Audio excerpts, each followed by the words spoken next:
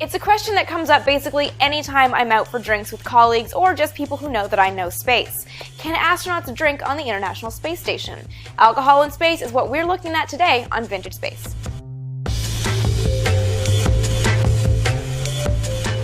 Alcohol plays a pretty significant role in Western cultures. When you meet somebody for the first time, you typically meet them over a beer. When you go out for dinner, you typically end the night with a drink.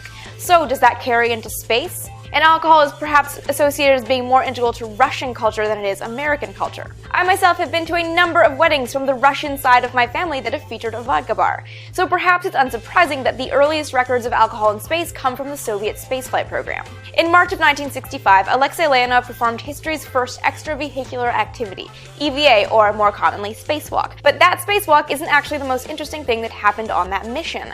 Problems during re-entry left the Voskhod 2 spacecraft spending the night in the forest. Rescue workers couldn't get to the cosmonauts through the thick forest and feet-deep snow. It left Pavel Belyayev to spend the night in the forest, hunkering down in their spacecraft while wolves howled in the background. What they did have was emergency rations and, apparently, 2 shots of vodka that Belyayev had snuck on board. Apparently, the Russian spaceflight program has typically had a much more relaxed attitude to alcohol in space than its American counterpart, being NASA. Russian doctors have sent cosmonauts up into orbit with alcohol to keep them in tone and to neutralize tensions during missions. This was a more common practice during the era of the Mir space station. On that station, American astronauts were guests and would stand by as their Russian counterparts toasted to a job well done or rung in a new year. But alcohol in space is not a uniquely Russian thing. Skylab was America's first space station, and it was made from a repurposed S-4B upper stage of a Saturn V rocket. Even though it used repurposed Apollo hardware, Skylab ushered in a new era of comfort for American astronauts, including the first space shower. The food was very much improved on the Skylab program from the Apollo program,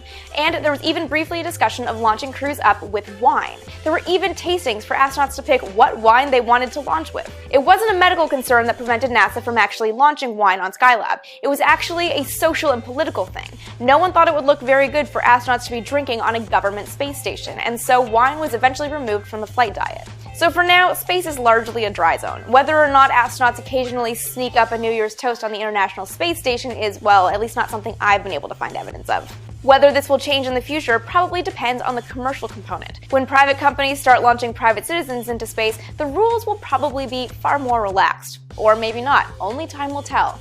For now, the best we can do to merge a love of social drinking with a love of spaceflight is to drink a beer that has been brewed with yeast flown into space. Ninkasi's ground control has done just that. So what do you guys think about space as a dry zone? Can you foresee a change ever happening on a government level, or will it be something private spaceflight will bring to the fore? Let me know in the comments below, and as always, leave anything you'd like to see covered in a future episode or any questions in the comments below as well. For daily vintage space content and a lot of modern space content, be sure to follow me on Twitter as AST Vintage Space.